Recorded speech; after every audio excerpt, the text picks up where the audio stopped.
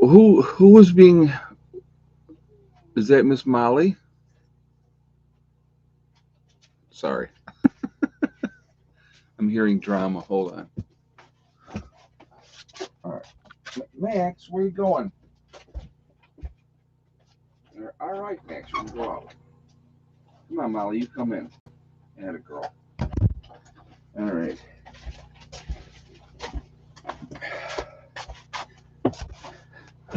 Sorry about that, folks. I have my full-time job as a professional doorman, and I have to take care of that responsibility first, or I will get fired. How is everybody this evening? I hope everybody is doing well. It's good to see everybody here, and so obviously we're going to talk about some bug out bags. I'm sure we'll get off on other tangents within this time frame. That does happen. Uh, yeah, I'd stay on topic for any length of time. Probably not. So uh, anyway, so before we get started, I would like to remind everybody, of course, that this is a I saw that from the monkeys. He passed away. Yeah, he's 78 years old. What are you gonna do? When you see how whenever like a musician makes it to 78 years old, I always find that fascinating because I know the lifestyle that they live, and I think, how do they live that long? But anyway, I hope everybody's doing well. Like I said, this I want to remind everybody, family-friendly oriented channel here. Please be decent in the chat. No racism, no nastiness. I'd like to have a nice discussion, and so we'll keep it that way. If you cannot follow those very simple, easy rules, the awesome people that you see lit up in blue will boot you out of here. I want this to be a nice experience for everyone. All right, and the drugs and alcohol preserve them. Yeah, right. Exactly. Yeah. Well, you look. I'm tell you what. Now, I absolutely love Ozzy Osbourne. How's that guy still alive? All right. How is he still alive? It's amazing to me. 101 years old. That's a good run. That's a real good run. So, yeah, New York is screwed again. Yes, they are. Well, you look at it's Cuomo 2.0. That's all that is, with Hochul in there as the governor. She was his lapdog. So, is anybody surprised in any way, shape, or form? I'm not. So, but anyway, let us move. Yes, Keith Richards. Yes, yeah, Keith Richards, Willie Nelson. Those are two other ones that you wonder. Uh, you know, Especially Keith Richards. You know, how does the drummer die first and not Keith Richards? So it is amazing. It is amazing. And but so anyway, if you guys have any comments, questions, all cap locks, please, so they stand out for me. It makes it much better.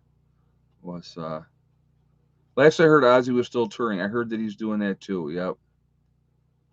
But yeah, Ozzy's had an interesting life. Definitely an interesting life. Like I said, I always enjoyed Ozzy. I thought Ozzy was awesome.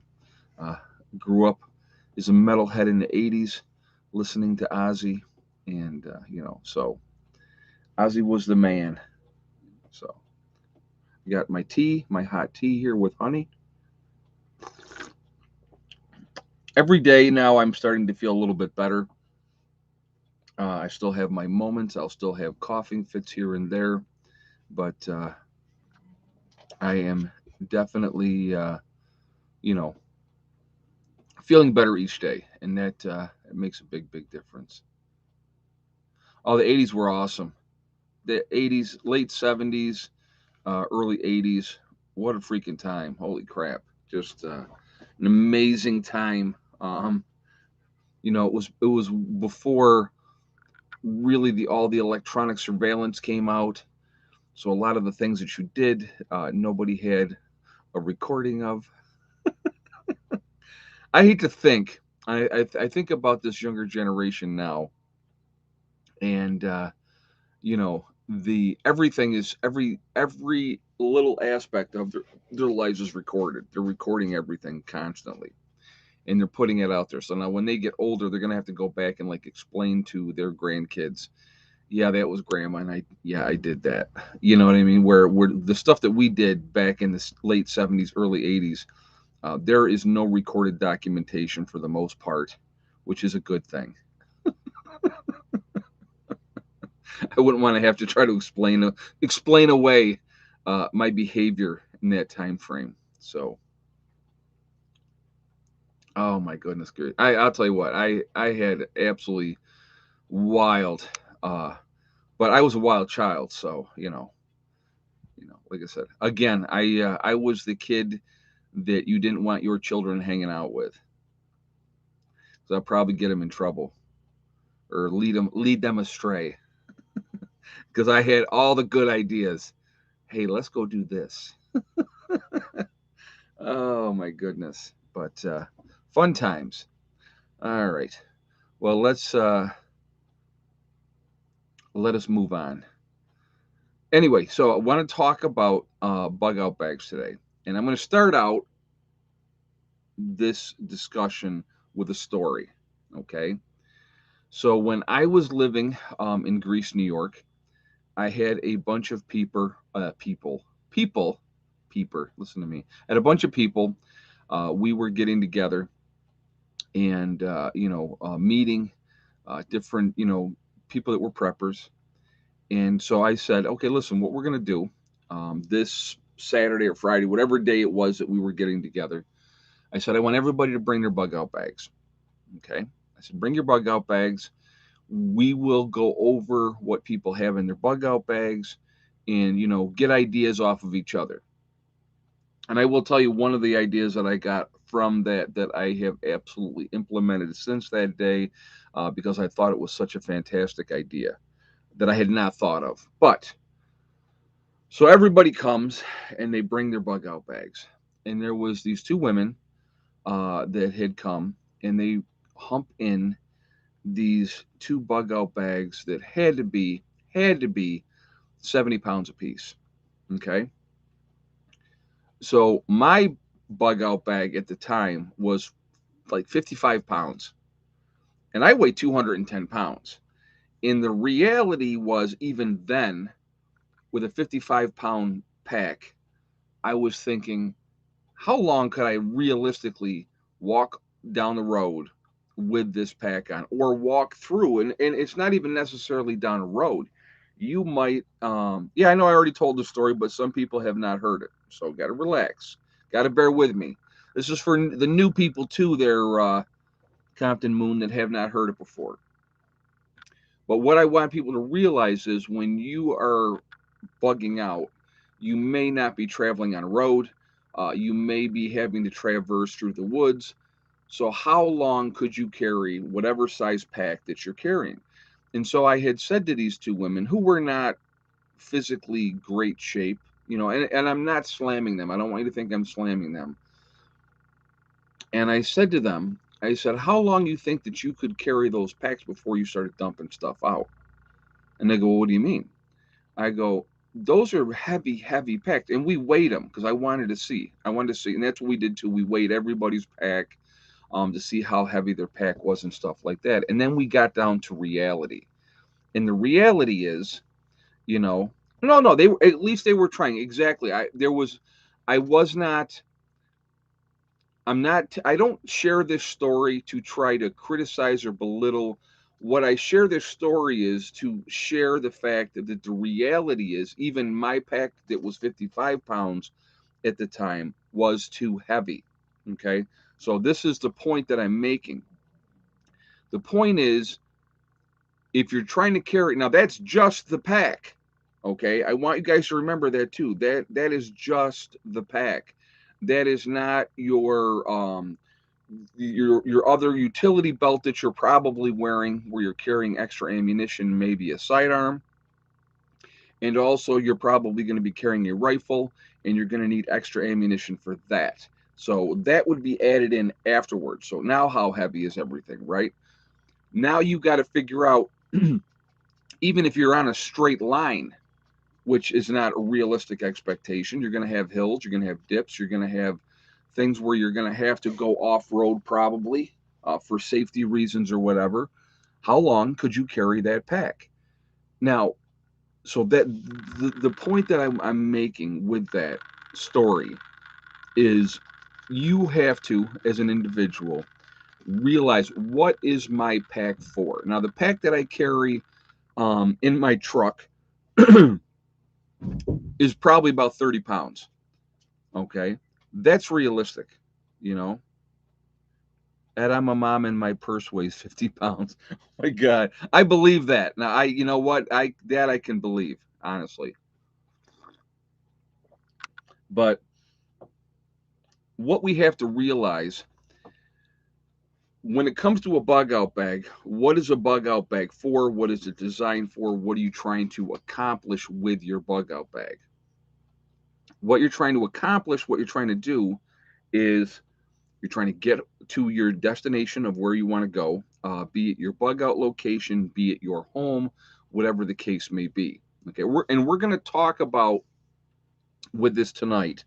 We're going to talk about what should you be having in your bug out bags seasonally, all those type of things. How often should you be checking your bug out bag, all those type of things, because this is really important. Because I'm going to tell you what the majority of people do, and this is no slam on anybody. I've done it myself. Okay, so I'm going from my own personal experience as well. Put together the bug out bag, set it aside, boom, there it is. That's my emergency. If I got a jam, I'm going to grab that bag and I'm ready to go. Right? Very smart. Very, very smart. But a lot of us, yeah, remember those road marches exactly. And if you are anybody that is ex-military that had to do a 15-mile road march in full gear with your weapon and all those type of things, you will know exactly what I'm talking about. Rather quickly, you're going to, if you have a heavy bag, you're going to be lightening that load of things that you really don't need to be having or carrying and stuff like that. So I'm a big believer in the KISS method. You know what the KISS method is? Can somebody enlighten anybody that doesn't know what KISS stands for? If you guys want to throw that in the comments, and then if I will tell you in a moment. The KISS method. What is the KISS method?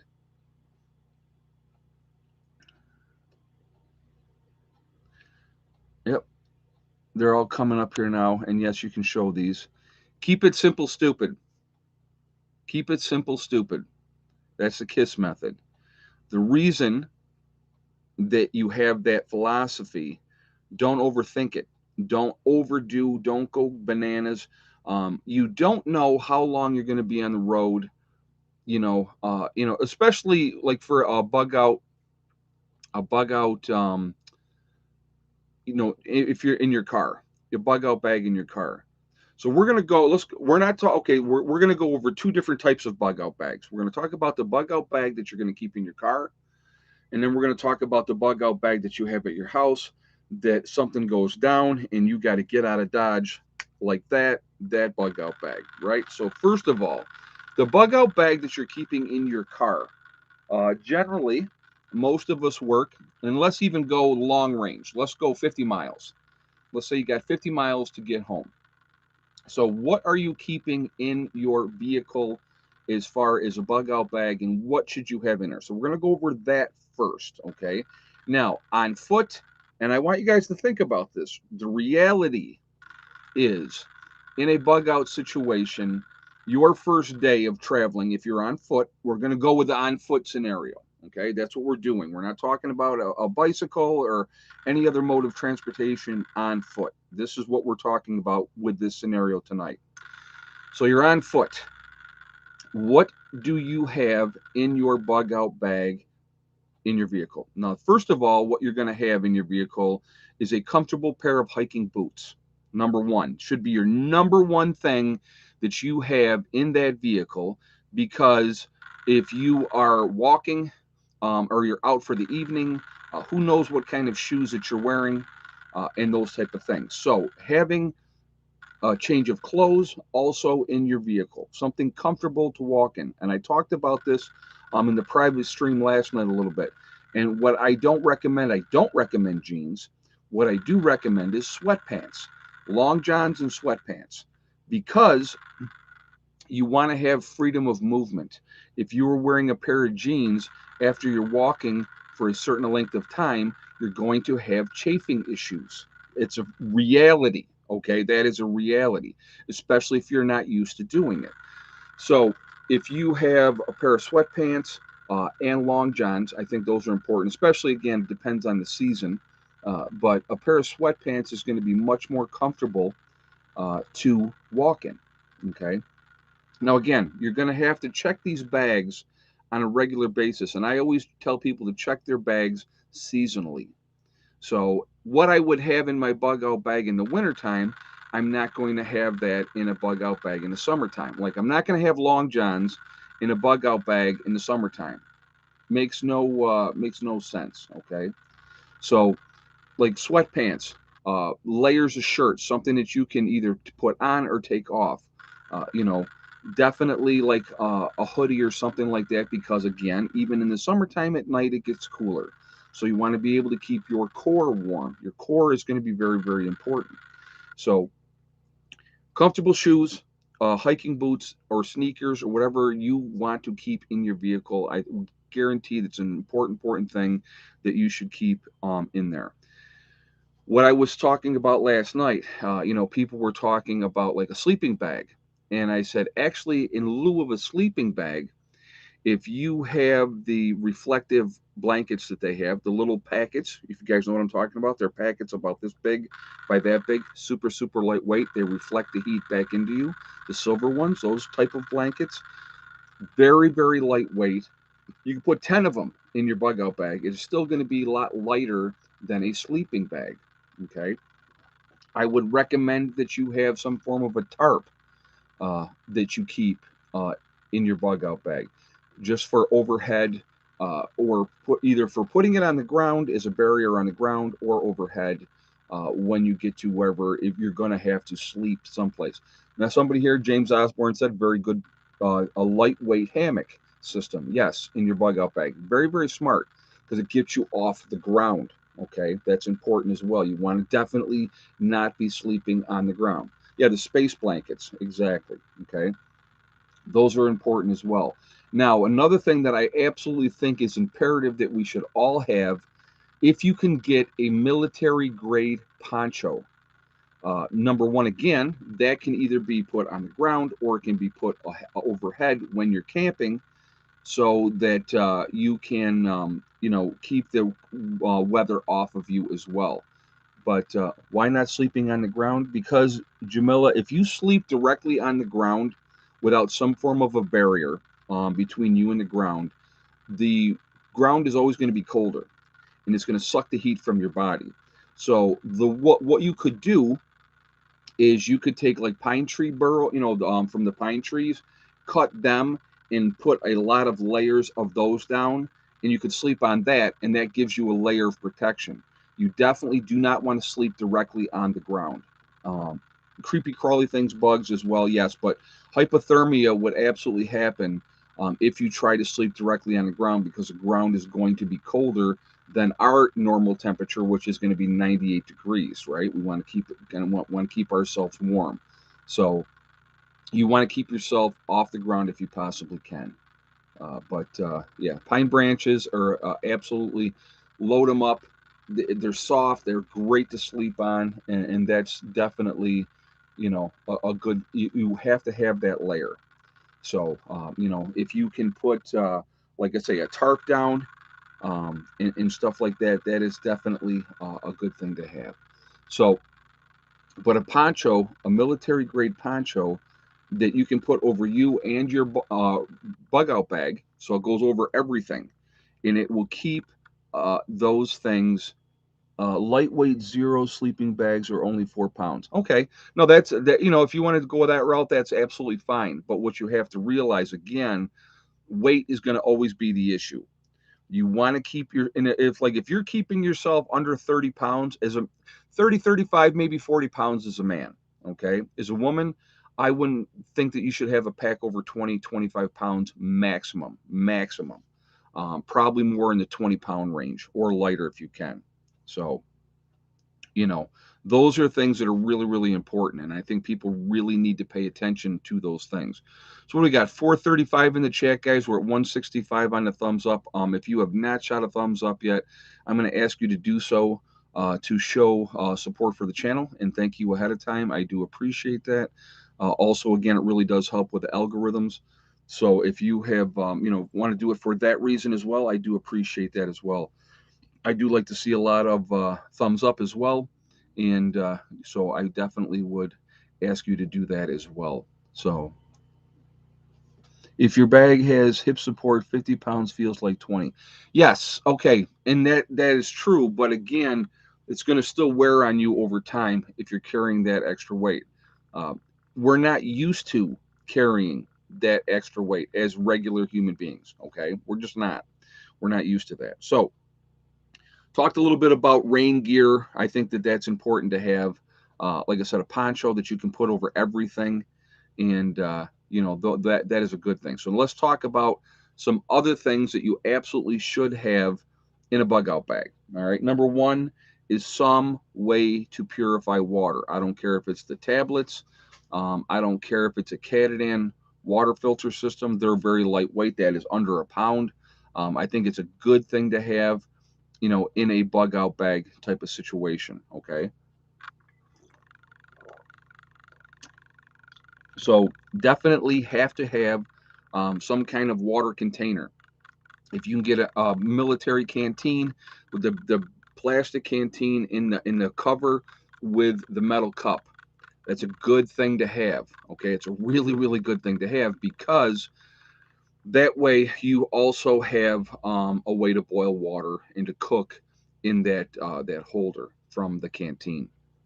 I think it's a really, really good thing. I have a whole bunch of those that I got at a surplus thing one time, and really, really, really a good thing. Okay, so another thing that I think you absolutely should have is something that you can eat on the go. So what do I mean by that? Energy bars, cheese and crackers, like that you can get prepackaged cheese and crackers. Those trail mix, those type of things that you can continue to walk, not have to stop, but you can snack and eat while you're walking.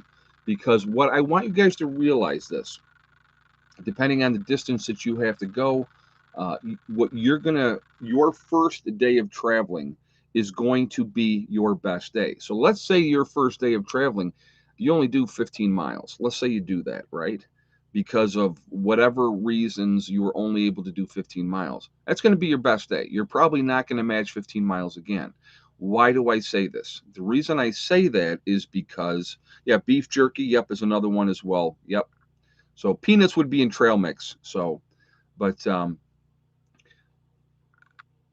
because you're going to wake up the second day and you're going to be sore, your muscles are going to be tired. You're not going to have the energy that you had when you were fresh that first day. So unless you are some kind of an athlete that trains constantly all the time, then yes, you probably could go longer on the second day. But what you have to realize, a couple of different things which you have to realize. All right. Too many people in the chat. That's funny. Well, people are coming up with suggestions, and I think that that's what this was about too. I want to hear other people's thoughts and what they're thinking as well. So this is important. This whole thing is important because it's something that if somebody comes in here with no experience of how to do things and can pick up some good information, that's what it's about. Pick it up either from me or pick it up from the comments. That's what this is about. This is not about, oh, you have to only pay attention to me because I'm talking about this. No, this is about all of us. So these are things that I want you guys to really, really think about. Now, what you got to realize too, everything that you're adding to your bug out bag is going to add weight. So you have to prioritize what is going to be the most important things. You definitely should have at least one knife, if not more. I would suggest having a couple of different knives. I think it's important to have knives. You should definitely have, let me just kind of show you real quick. And I showed this last night, okay? You should definitely have at least one knife that looks like this. Okay, I can chop wood with this. I can break things down with this. There's a lot of things that I can do with a knife like this. Again, this is weight. This is not light. Okay. That's something that would be on my belt. And so, those are things that you need to think about. What are you going to have? What are you going to be carrying? And those type of things. Okay. But so you should have that. You should have a pocket knife. You should, if you can have a Swiss Army knife. A Swiss Army knife has a tremendous amount of tools with it. A Leatherman toolkit is another really good thing that you should have. I have them. I have them all over the place here, and I always carry one in my bug out bag as well. Now, those are tools that's going to help you with a lot of different things. You definitely have to have some kind of paracord. Absolutely have to have some kind of cordage. So 550 paracord or higher, whatever you are comfortable having, have some of that as well. Okay. So again, clothes. What are you going to wear? Obviously, it's going to be depending on the time of year. You definitely. This is important. Okay, this is an important part of this. You definitely need to have several different pairs of socks. You also need to have some kind of foot powder. If your feet get wet and you end up with issues with your feet, you're not walking anywhere. Keeping your feet dry, those are your biggest tools that you're going to be using to get to your location. Okay. It's very important that you take care of your feet. So I highly, highly recommend having several pairs of socks. Lightweight, obviously, it's not going to be something that's going to be very heavy.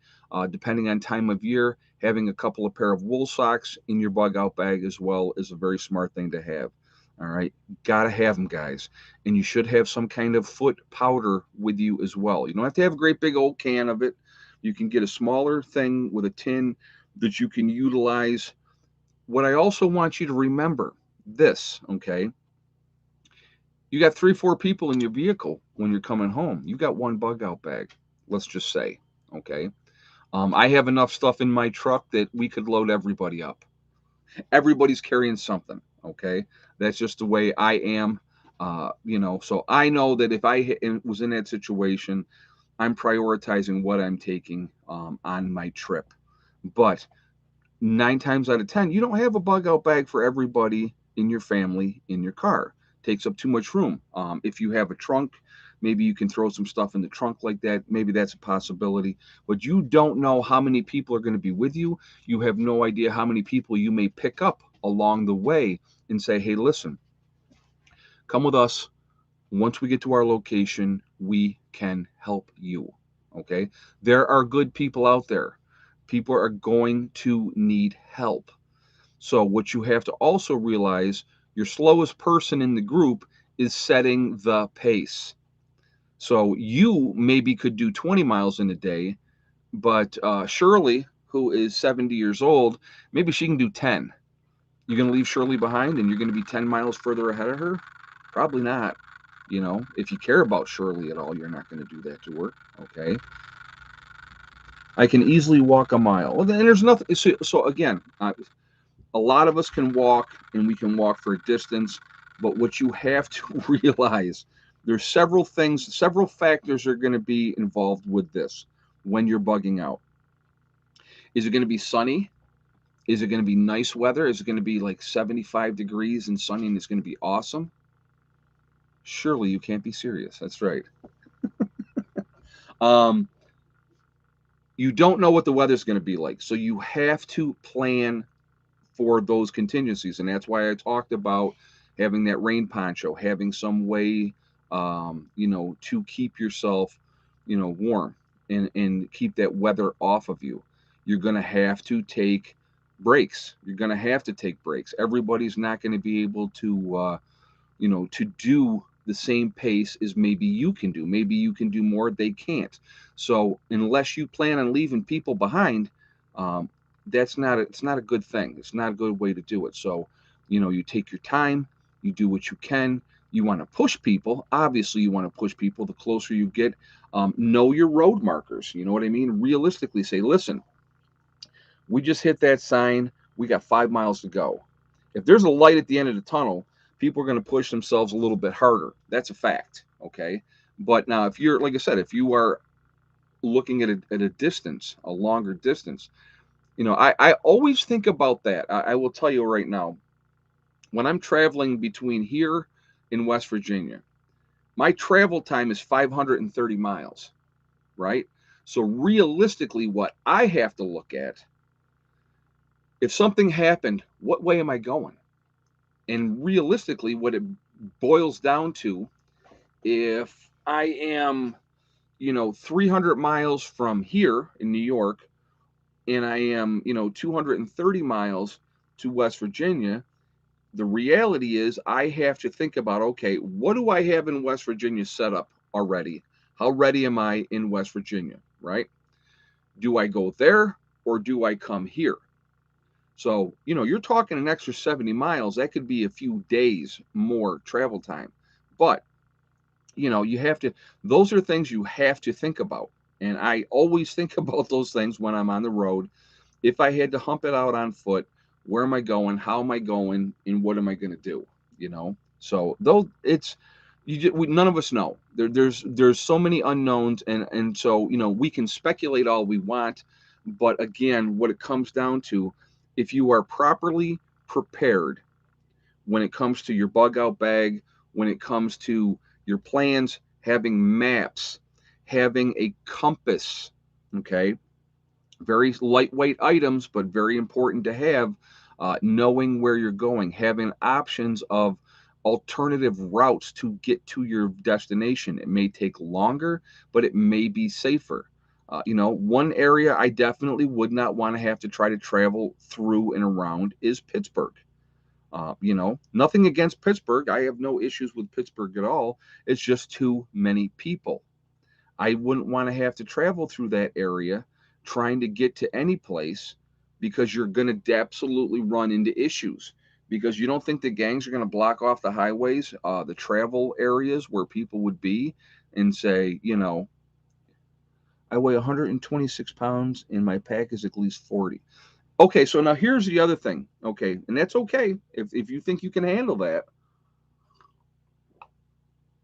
But my question would be to people, and this is what I talked about as well. When you're traveling, or when you got those packs, are you actively going to the track at the high school? They got the quarter-mile track that people run, right? Great flat location. Take your bug out bag with you. Go to that track and just start doing laps and see how you do. See how you do. That's how you build up. Number one, you're building up stamina. You're going to definitely find out how long you could go with that pack. And if you're doing that, let's say you do it twice a week. That's your plan is twice a week. I'm going to go to the track. So you go 3 laps the first time, right? So you decide in your brain, you go, okay, listen, the second time I go, I have to go further than I went the last time. I don't care if it's 100 feet further. As long as you make progress that way, you're going to build yourself up. You're going to make yourself stronger. Those are things that you definitely need to do. You definitely need to do. So eating utensils, cooking utensils when you're doing this trip, again, depending on how far you're going.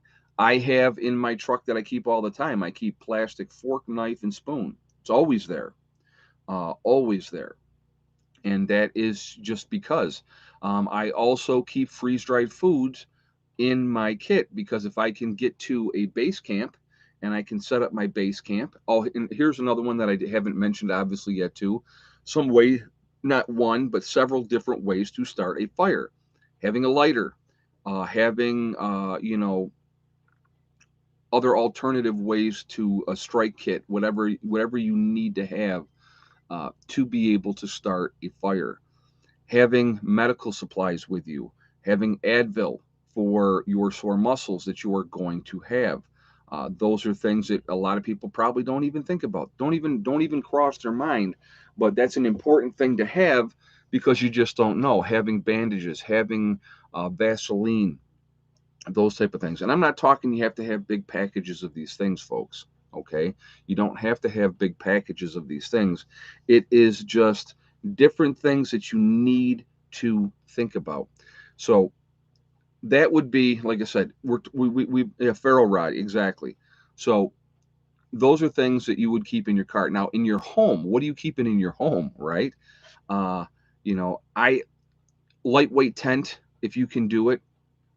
Somebody had mentioned a portable hammock, lightweight hammock. That's a really good thing. But again, you're going to want to be able to also hopefully keep that weather off of you. So even if you're on the hammock, and if you can get some kind of a tarp that's going to keep the rain and stuff off of you as well, if you're using a tarp.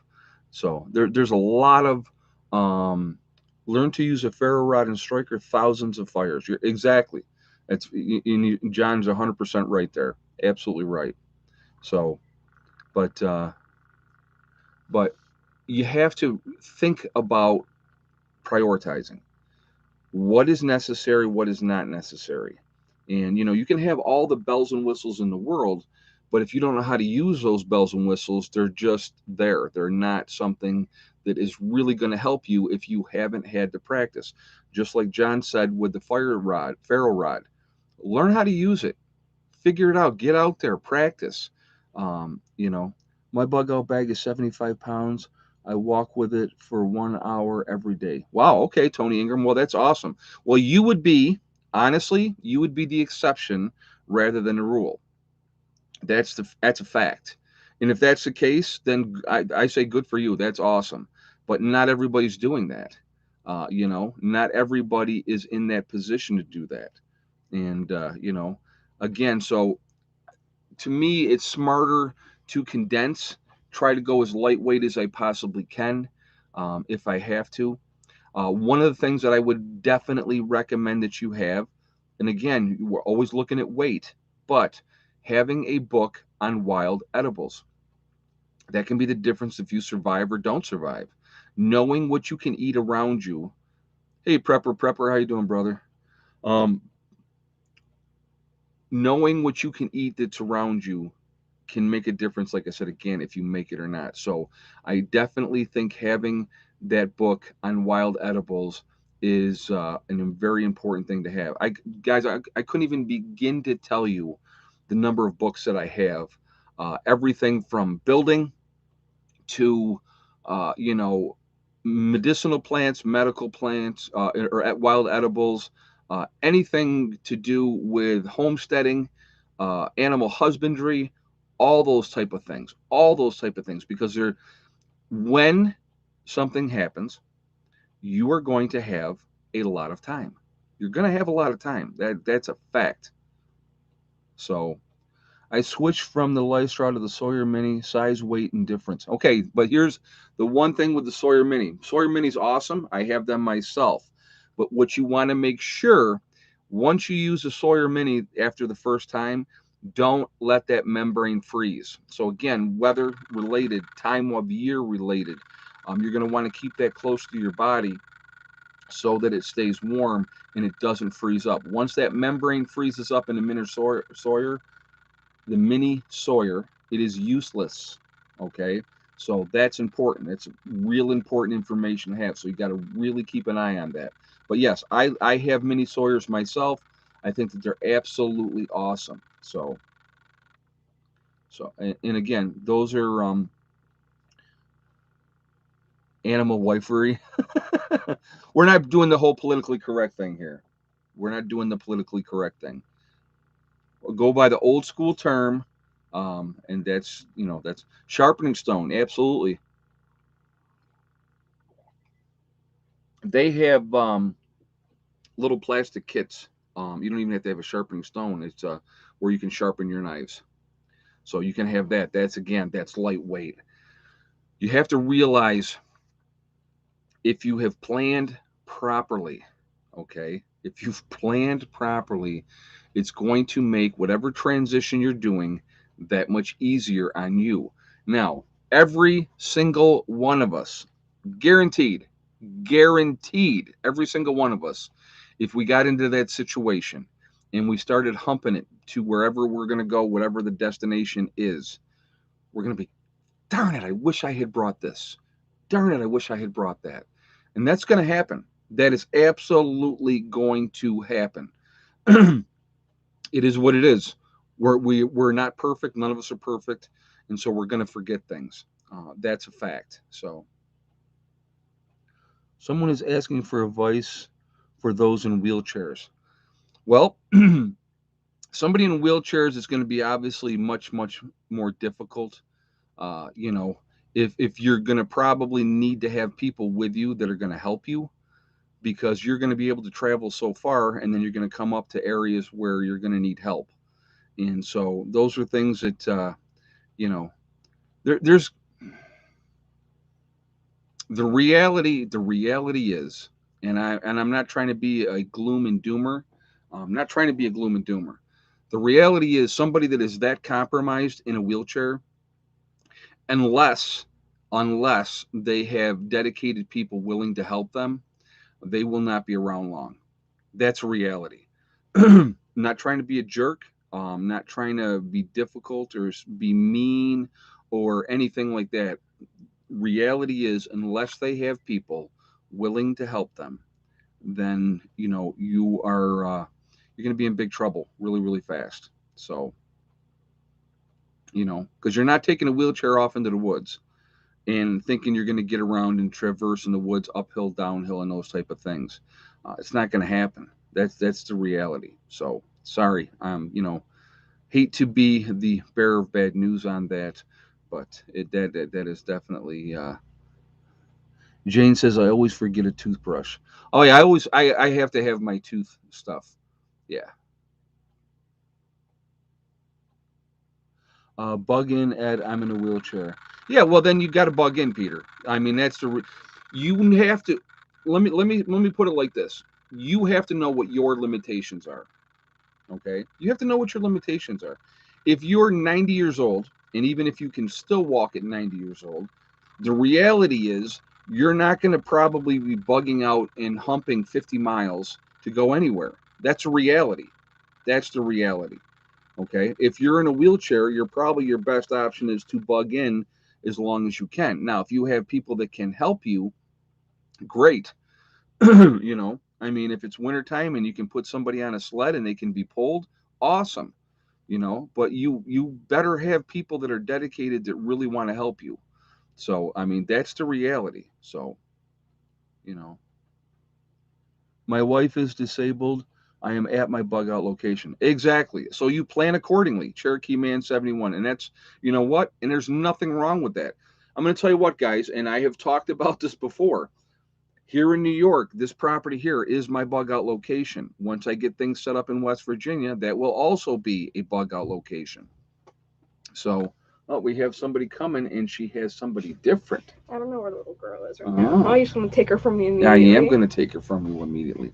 There's little Miss Molly. Oh, I know that people think she's cute. See, she was calm for me. Yeah, well, she's fine. She just didn't want to be held like a baby. You know, people like her, so. She is a beautiful little girl. She is a little purr box on top of that, aren't you, Miss Molly? She's a good, good cat. Yeah, she's yeah. Look at that pretty little face. Oh. But she's a good cat. So hi, Heather. Hello. How are you? I'm hanging in there. Well, that's good. That's important. How do you know when you run, Lancet, when you stay? When to run? Oh, okay. If you stay, how do you know when to run? That's a good question. That's a real good question. It depends on what the danger is. If you know that there is a mob of people going house to house to house, it might be time to get out of Dodge. Again, depending on what your location is. If you plan on going down with the ship, so to speak, those are decisions you're going to have to make. If you said, listen, I ain't running, you know what I mean? Where am I running to? So I'm not running. Again, she's had enough. Yeah, well, that happens. I just wanted to bring her in and say hello real quick. Since you're in a conversation. Oh, I hear Galco with the the door. Oh, he wants to come back in I'll already? show him as well. Yes, bring Galco over. Let me first make sure that she doesn't scare him away. 'Cause she will. Oh, hi, Max. Is it Max? I heard Galky too. All right. So, yeah, Molly's usually, if I'm outside and and she's out, she's usually in a video. No. Her and Max, if they're outside, they're going to be around me. It's not him, I got. Oh, okay. Well, that happens. It was Max. Yeah. All right. All right. Again, when to bug out, when to stay put, and stuff like that. You just, there's no saying, no knowing when is that right time. It's going to be an individual choice for everybody. Like I said, me personally, SHTF happens tomorrow, I'm here. I'm not going anywhere. That's my stance, if you will. I have the best chances at this point in time right now for survival right here. Um, all my stuff is here, all my supplies are here. People locally I know, and so that's where I'm at this point in time. Now, once I get things going, what's the protocol for joining your West Virginia group? If you are interested, shoot me an email, give me your number. I will call you and we can talk. Okay, and we'll go from there.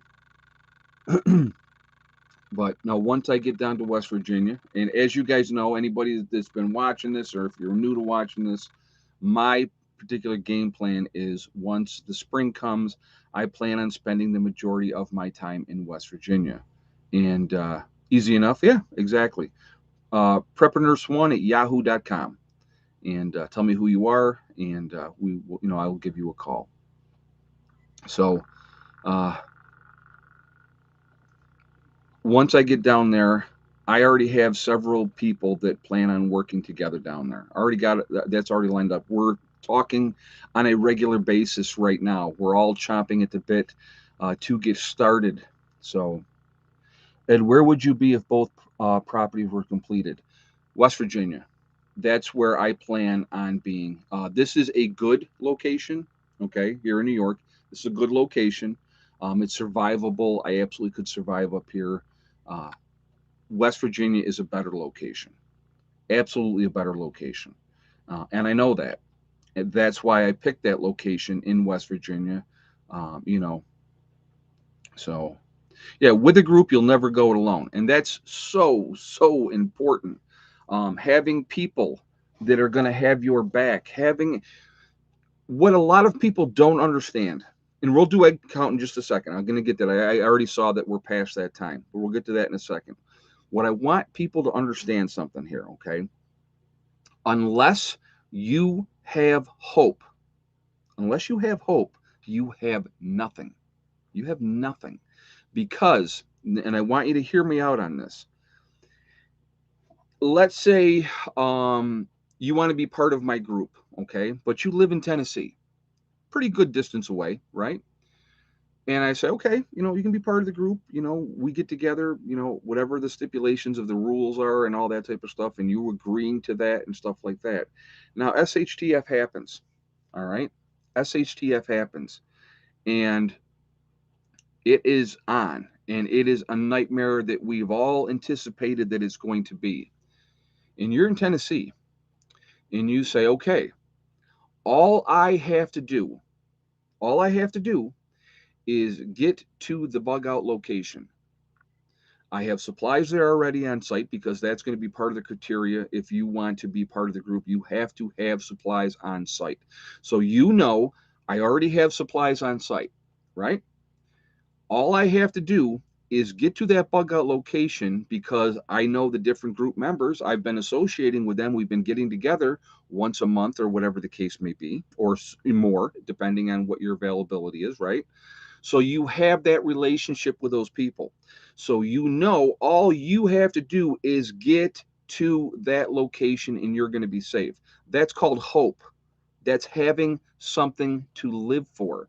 If SHTF happens, and now you got to bug out and you got to get out of your situation where you're at, and you don't have an option or you don't have any idea where you're going, you have no hope. You have nothing that's driving you to get to someplace, because where are you going? Where are you going? You're going to wander aimlessly until you're either killed or until you get scooped into some other group that may not be the type of group you want to be in, but you're going to get in with them to survive. Think about that. That's really, really important. I want you guys to really think about that. So, all right. So let's do egg count. I know we're 5 minutes past the normal egg count. So I'm going to ask for that thumbs up, excuse me, real quick first. And so, let me, if you haven't shot the thumbs up yet, please do so. And thank you ahead of time for that. And go ahead and put your guesses over here. So again, just shoot that thumbs up, and it definitely helps with the algorithms as well. So I thank you for that reason as well. Also, I like to see a lot of thumbs up, so that's of course part of the game as well. And again, if you are not subscribed to the channel, please make sure you subscribe. Hit that bell icon to get all notifications as well. All right. So if you had the same guess, and it was the first one that I saw correct, so I want to make sure I acknowledge it. If you had the same guess as 80K Man with 3 eggs, that's what we ended up with today. We ended up with 3 eggs today. So not bad. We'll take it. It's better than 0. So, but anyway, so that is where we're at with that. So really quickly, I want to mention my website because I still have my sale going on. The sale of the Legacy freeze-dried foods is going to be ending on Sunday. No, Thickneck is not laying this time of year. She is on sabbatical. She does not lay when it is cold. She's like, nope, not happening. So yeah, don't even. If she lays out of the blue someday, I will let you guys know. But this time of year, she does not lay. So anyway, the Legacy Freeze Dried Food Sale is going to be ending on Sunday. So if you go to my website, preppernurse1.com, you click on store, it will drop down. You will see Legacy Foods. You click on that, it will take you to the store within the website. What we have available is there. If you decide to make a purchase, when you check out, 20% will come off automatically off your purchase. Okay, so I'm not working with the Prepper Underground anymore, Sean, for a lot of reasons, and I'm gonna just leave that at that. I'm not doing that anymore at this point. At this point in time, not saying that that might not be picked up again in the future, but there is something I was going on with that, and I had to step back from that for right now. So, all right. So anyway. 25-year shelf life, GMO free, gluten options available for people that need that. It is vegetarian, but beef and chicken things can be purchased separately if you're interested in those. So definitely take advantage of that. And again, when you check out, 20% will come off automatically. So anyway, how will you determine the rules for your group? Cutting edge preparedness. All right, I'll give you a couple of examples. All right, a couple of examples for determining rules for a group. If you're going to have a group, you have to keep things fair. That's very important. You don't want anybody to not be carrying their own weight, right? So one of the things that and we're the people that are already going to be in my group that been talking with and stuff like that. We really have to sit down, and lists are going to be made up and stuff like that. But one of the criteria is going to be that you keep a certain amount of supplies on hand at the bug out location. So if everybody has that even playing field, nobody can say, well, I put in more than him, so I get more food. That's not how it's going to work, okay? If everybody puts in a minimum amount of XYZ, then, you eat, period, because you have that much set aside. That's one of the criteria for there. There would be a criteria of how much ammo that needs to be kept on site. Now, the thought process is, and just so you know, being 100% realistic, let's say you have 20 group members, 20 different families in your group, and I'm just using that as a number, all right? The reality is that most likely everybody will not make it to the bug out location. That's a reality. Sad but true, but it is what it is. So if you have things on site and 6 months after SHTF happens and 5 families haven't shown up, those supplies go to the group. That's how that would work. Okay. That is in place to help the group. Now, if you showed up 8 months later, for say, all right, and you were a group member, it doesn't mean it's like, oh, nope, sorry, your window of opportunity is closed. No, you're still welcome back in, obviously. So that is an important aspect of that. There has to be um, minimum amounts of things that you're going to need to keep on site. One of the other things that we have talked about is at least once a month showing up for either training or whatever projects that we're working on. Because me being down there, I'm going to be working on things all the time. So there's not going to be well, I'll wait till that weekend to get something done. I'm going to be working on things all the time because I'm going to try to make that retreat as good as I possibly can make it. Okay, so those are part of the things as well. So there's definitely going to be and here's the beauty of it. Here's the beauty of it. If you decide that that ain't for you because you don't want to have to do the time commitment, you don't want to have to keep supplies on site, then you don't have to be part of the group. It's real simple. Okay, but if you agree to what the rules are going to be, then you want to be part of that. The way that you show that you're actually wanting to be part of it is by showing up that once a month. Because, and this is important, and I want you guys to think about this. Let's say me being the guy that's my retreat, I know who everybody is that wants to be part of the bug out group because I've met everybody, I've talked to everybody, and at different times they've come down and blah, blah, blah. But if we don't have that once a month meeting and everybody gets to interact and meet with everybody else, you're not building that brother and sisterhood. With getting together, working on projects, breaking bread together, having a main hall, if you will, where everybody eats together. Like that weekend. This weekend is our weekend. We're having breakfast, lunch, and dinner. We're all eating it together in that main area because that's how we work together. That's how it would be. Okay. That's how you build brotherhood and sisterhood. That's how you build trust. That's how you build those relationships and realize, you know what? I can count on Brian. I know Brian's going to have my back. I know John's going to have my back. Okay. Um, I know James is going to have my back. So I know I can trust those guys. They're part of my group. Their wives are part of my group. Their children are part of my group. And we're going to watch out. So if something happens to James and we're, there, James knows that just because, let's say, James gets killed, I'm just using that as an example, right? James knows that we're going to take care of his wife and his kids. We're going to do it. We're going to watch out for them. That's what it's about. It's about building a family and about building a trust. And like I said, if somebody wants to be part of that with what I'm doing, like I said, contact me. We can meet, we can talk, and we can go from there.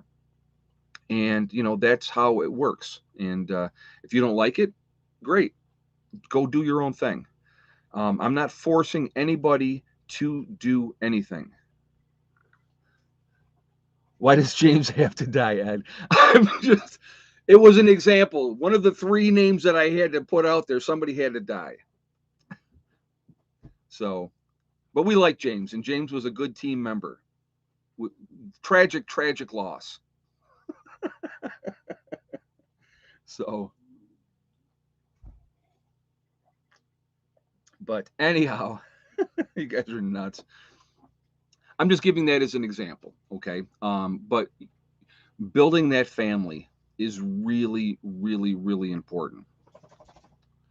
Will you allow members of your group to vote? Okay, that is also a great, great question. What I have talked about is a council where you have 5 people that are on the council. And it probably realistically would be members that were early members of this that have been committed, that have shown that they want to be part of the team, that they're showing up every time, they're putting in the effort, they're working. they can, then we go, okay, you know what, this person is definitely going to be on this council. So you have a council of, say, five. I think five is a good number. It has to be an odd number, because if you're voting, there's not going to be any ties. We don't want ties. All right. Um, so you bring any grievances, right? Somebody has a grievance. Joe did me wrong, and so Bill comes up and says Joe did me wrong, and I want this grieved out. I want this to bring this before the council. So Joe brings his beef to the council, and the other guy brings his, and and we sit them down and we try to either work it out. And if it can't get worked out, then somebody's got to go. You know what I mean? And so that's what your council is for. Your council is going to be there to make those decisions that other people can't make or won't make. And, upcoming projects. What upcoming projects do we have that we need to prioritize? So the council sits down, and it lets everybody else know, okay, I want to hear everybody's input, right? So anybody could come to the council and put their input in. I think we should work on this first, and here's why. And then the council will vote on that. So it's definitely has to be. This is not. I want you guys to realize it's not about a dictatorship. This is not about you all do what I say and that's it. That doesn't work. That doesn't work. Maybe in some cases it might, but you know, a council definitely needs to be, established. So I think that's important. So anyway, so I just kind of give you a few ideas of where I'm thinking, um, what I'm thinking. Yeah, five brains are better than one, right? And you can have people look at things differently. So anyone named Joe on the council might fall asleep during the meetings. We'll shake him and wake Joe up. Joe, come on, Sleepy Joe. So, but yeah, there has to be a hierarchy. There has to be somebody that has that final call in a worst type of case situation. There has to be, So just just so you guys know. And like I said, here's the best part. Here's the best part. If you ain't cool with that, and if you don't like that, you ain't got to be part of the group. It's awesome. It works perfectly. Yeah, you need a structure in the group. Yeah, absolutely. You have to have a structure. You have to. So, hey, Peter, we'll see you later. Thank you for joining us. I'm glad you were here. But again, guys, the time is just it's amazing how fast this time goes. And I actually stayed on topic for most of this chat too, which was really good actually. So I did really really good tonight. Yes, healthy relationship needs rules. Absolutely. You know, if you have a group of people that are like-minded, that have the same, like if you're in a town, you live in a town, guys, everybody's got different ideas. Everybody's got different ideas. Even in a group of like-minded people are going to have different ideas. They're going to think about things that what's important or what's not important. That's what they're going to think about. Okay. So the one thing that I have found in the two get-togethers that I have done, in the get-together when I went to pinballs get-together, it did not matter where any of us were from. It didn't matter what part of what state, where people had traveled from. We were all like-minded. So if you can find that commonality, that's important, guys.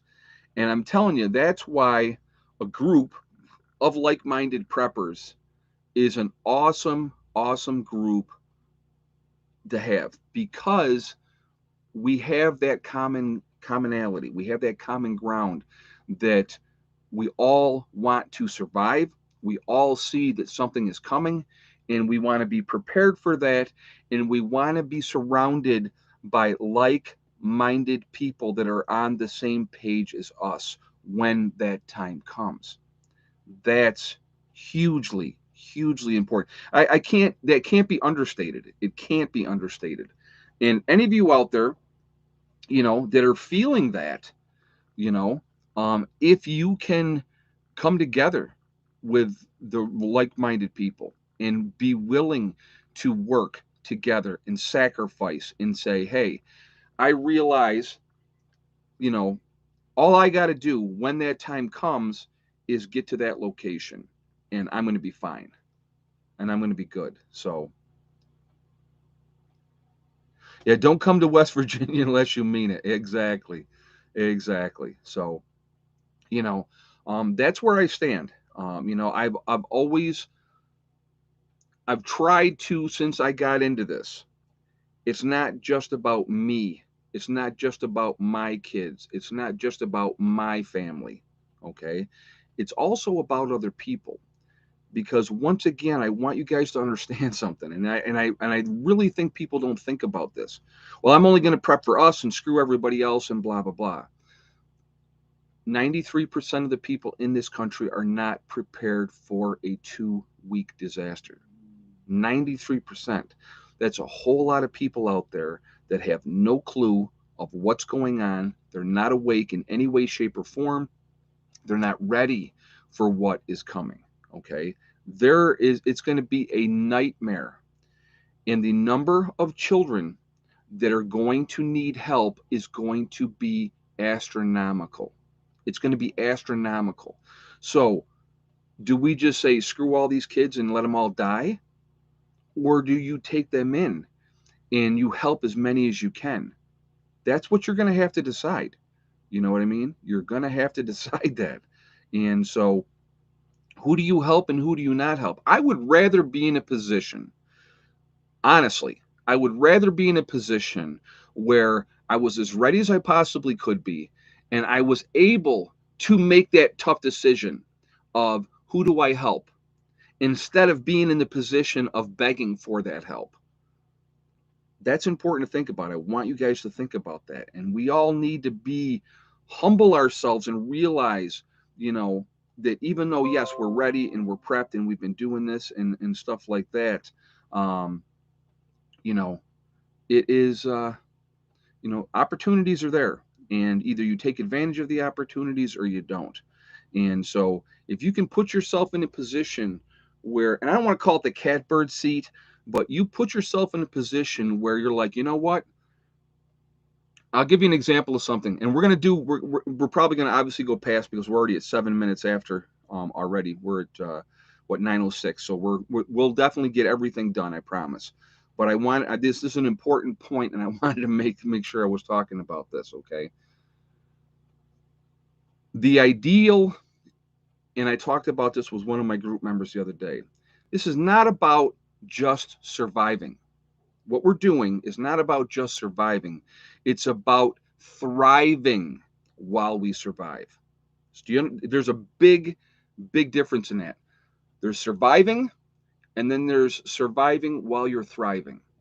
So if you put yourself in a position where you are ready and you're as ready as you possibly can be, and when that time comes and you have your group of people together, and I know that, you know what, I can go over here and I can lay down and go to sleep, and I don't have to worry about, uh, you know, Steve deciding to put a bullet in my head because he wants all my stuff. Okay. I don't have to worry about that because I know while I'm sleeping, Steve's got my back. When Steve is sleeping, I have his back. That's why you build that community. That's why you build that trust. Because if you're bringing in strangers, and you're going to have strangers that are going to end up in your groups after an SHTF situation. I'm telling you that too, okay? That will happen. What level are they on? What level trust wise? That's going to take time for them to build up that trust where you trust them. But if you have your core group of people that Steve shot James and went after that. Yeah, right. Steve is mean. No, but again, you have to think about these things, and these are important things to think about. But having people that you know that you can count on and trust is everything. It's everything. So why wouldn't you establish those relationships now?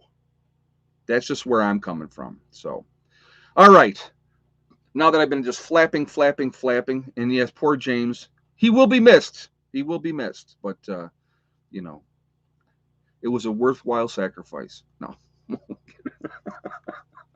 So anyway, um, let's do some shout outs from other YouTubers. Okay, we have Doug and Stacy. Awesome, awesome. St. Bernard Acres, I forgot to mention Joe the last time I was doing this. Yes, St. Bernard Acres is another channel. He is actually down in Wheeling, West Virginia, or near their area. And he has his location is in Ohio, if I'm not mistaken. I'm sure he doesn't mind me saying that because I'm not giving out the exact location. Marfugal News with Dax and they are absolutely awesome over there. Good channel. So I definitely think you guys should support them as well. Angry Prepper, love Angry Prepper. He's an awesome dude and just straight up, which I love that. And he says it like it is, which like I said, I respect that. I really do. Pinball, awesome dude as well. Very, very good dude. You have Gray Man Prepping.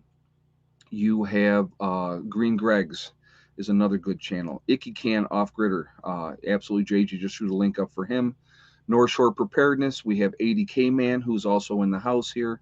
Bizarizza Jizza is also a friend of mine. JJ's got Bizarizza Jizza going up next. Yep. Southern Prepper 1. You also have Alaskan Prepper, another fantastic channel. Definitely support them as well.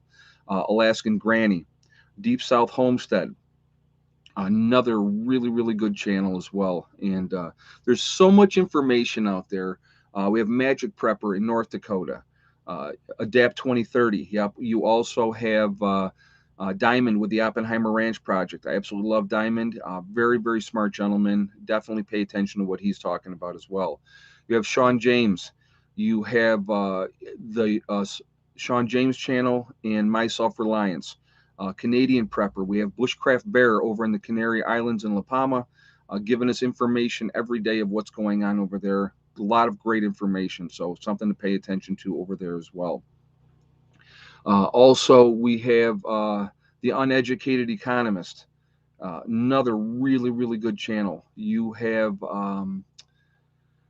the couple in Arizona, Green Dream Project, like them very much. Suspicious Observer is another great channel. Prepper Nation is another channel. And there's a lot of great information out there, a lot of different information coming from different sources. Looking at other people's perspective of things is really good thing to do. It definitely, you have the Needy Homesteader, good channel there as well, obviously. Like Corporal's Corner, another good channel. And so there's so many guys out there that, there is Bush Radical, his wife, Girl in the Woods, a couple of fantastic channels, a lot of great information. And, like I said, I believe I said Wrangle Star already as well. But there's so much good information out there. And if we look at different people's perspectives, it gives us different ideas. It's a different way of looking at things. And I think that that's really, Corporal's Corner is great for shelters and gear. Absolutely. Hey, Jeff's Cooking Adventure. Come to Tennessee, Ed. Well, I'm telling you what, I really like West Virginia, so I'm going to stick with West Virginia. But thank you for that.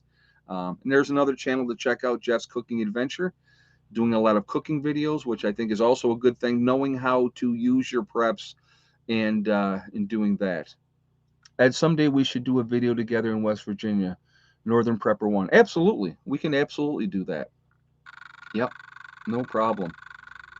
I have no problem with that at all. Yeah, Girl in the Woods. I mean, her and her husband are amazing with what they're doing, and and they're showing you how to do it. Which BP Earthwatch, yes, that's another really good channel. So there is so many guys out there, so much information out there that we can all take in, and I think we should be supporting each other. All right, I think that's really important. All right, so let us do this. Let's see, we got 404 in the chat. We're at 377 on the thumbs up.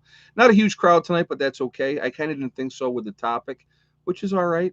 Sometimes it's better to have a smaller crowd and, condense things in and have a good conversation. I think we had a great conversation tonight. It's just my opinion. So anyway, if you haven't shot that thumbs up yet, I'm going to ask you to please do so to show support for the channel. And thank you very much ahead of time for doing so. Again, it does help with the algorithms. And so, where is everybody from tonight? So, again, if you're not subscribed, please subscribe. Make sure you hit that bell icon for all notifications as well. So, we have Franklin County, Ohio, Nebraska, Wisconsin. We have Northeast Ohio, Connecticut, New Mexico, Nowhere, Oklahoma, Waterloo, New York. Australia's in the house. Northern Missouri, BC, Canada, Cape Cod, Forest, Virginia, Pueblo, Colorado. Let's see, the Pennsylvania Wilds, Northern Florida, Montana, Mesa, Arizona. We have Utah in the house, Littleton, New Hampshire, West Jupiter, Florida, Southeastern Pennsylvania. We have South Dakota, Southeast Missouri, Beech Grove, Indiana, Michigan, St. Augustine, Florida, Northern New York, Key West in Florida, Alberta, Navajo Nation, Arizona. Welcome. Glad you're here. Adele, South Australia. I'm glad to see you're here as well. Thank you for coming. Northeastern Pennsylvania, Endicott, New York, Wisconsin, Alabama, Central North Carolina. Very nice. We have Minnesota is in the house. A little chilly up there in Minnesota, but I'm glad you're here. Northern Ontario, Canada. Very nice. Okeechobee, Florida. Very nice.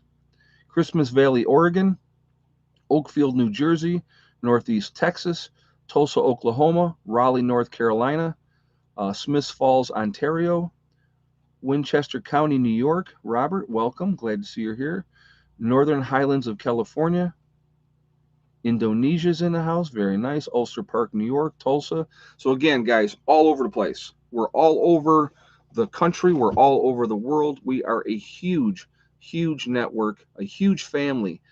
We are the people that are awake, and we have been awoken for a reason. I really, really believe that, okay? I really do. And I think that we can make a difference. We have been awoken. Why do so? I want you guys to think about this for a second, and I really do. I want you to really sit down and think of it. Why have you been awoken? Why? There's a reason. Everything, nothing is random. Nothing happens by circumstances or happenstance or chance. Everything happens for a reason. Everything happens when it should. It always comes together, and that's my experience. Okay, that's my experience. I don't think anything is by accident. I think people are brought into our lives for a reason, to either inspire us or touch us in some way, and not a bad way, to aspire to higher things, or whatever the case may be. Listening to a speaker, uh, you know you know somebody that really inspires you, and it motivates you to do something that you wouldn't normally do. That's for a reason. All of that's for a reason. But we have been awoken for a reason. And I think that we have a responsibility with that, if that makes any sense. And so I just wanted to put that out there. Okay. I really do. I know I beat it like a dead horse, but I just think that it's so, so important to, two blizzard systems heading towards your direction. Awesome. Can't wait.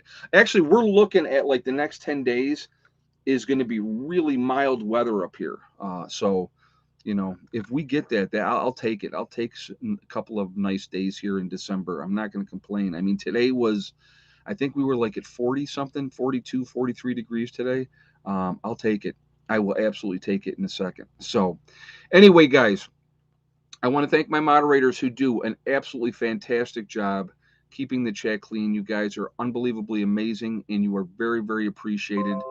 Thank you all for doing what you do. It really does mean a lot to me. It really does. So thank you for that.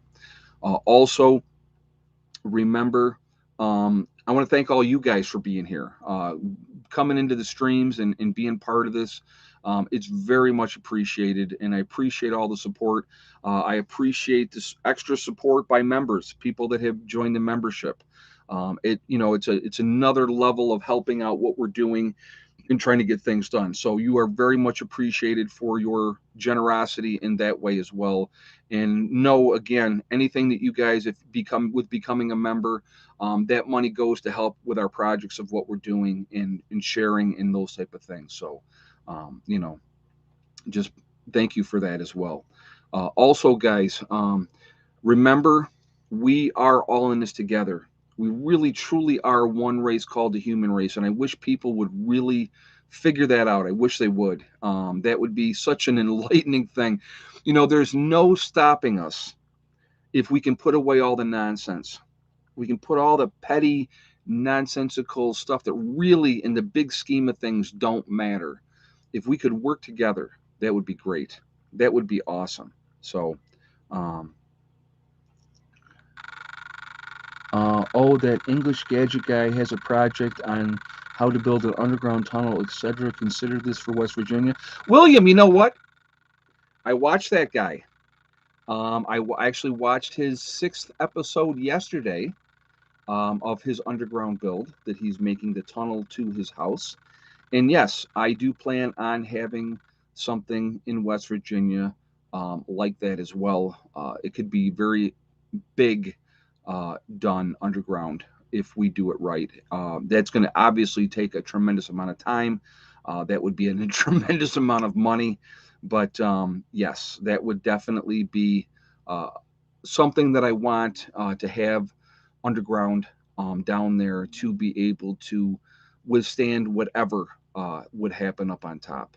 So that is absolutely part of the projects that's going to happen down there. That will probably be a heavy duty winter project. Heavy duty winter project. So yeah, only need a jackhammer, concrete, and mesh safety. Yes, you would have to support the walls, do that, have that mesh to make sure you don't have cave-ins and all those type of situations. Yeah.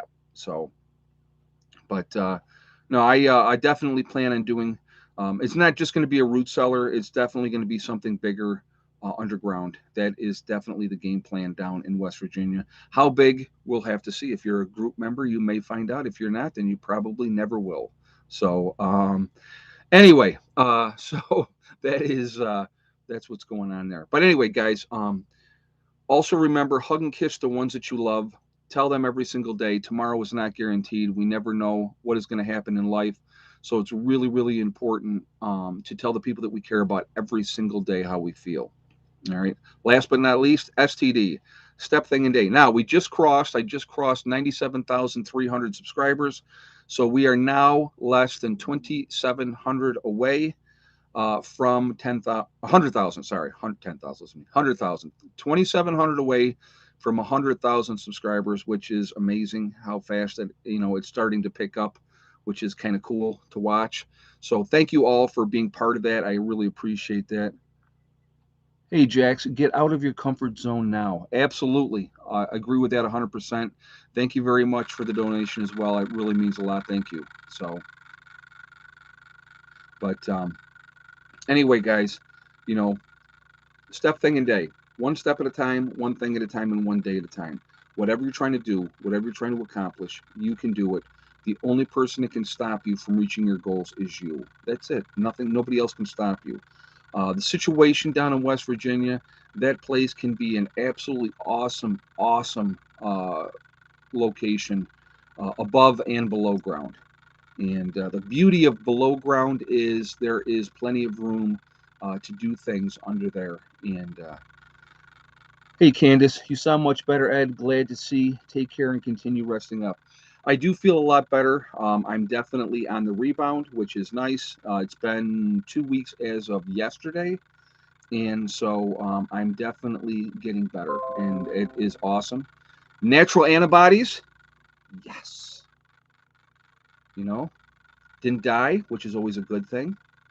So I just had the whatever bug that's going around, because the flu has not gone away, believe it or not. So just unfortunately, I got the bug and have had to deal with it. It has not been fun, but like I said, I am definitely now on the rebound. So I feel much better, and I'm still tired. It's going to take a little bit more time. Obviously, I figure give me another week and I'll be back to my old self. So anyway, guys, awesome chat tonight. Great comments, great input as far as bug out bags and those type of things. And I think that that's hugely important. And I will continue to push my meds, and I'm going to continue to try to get regular rest. That's didn't need a ventilator. Imagine that. Never even went to the hospital. Wow. Crazy. got sick, stayed away from people, stayed home. What a concept. Rested, took my medicine, and got better. Crazy, crazy. Yeah, it's a sneaky way to get Becky to stack her own wood, too. Yeah, right. I felt bad, guys. You have no idea because I take care of those things, but I just couldn't. I couldn't.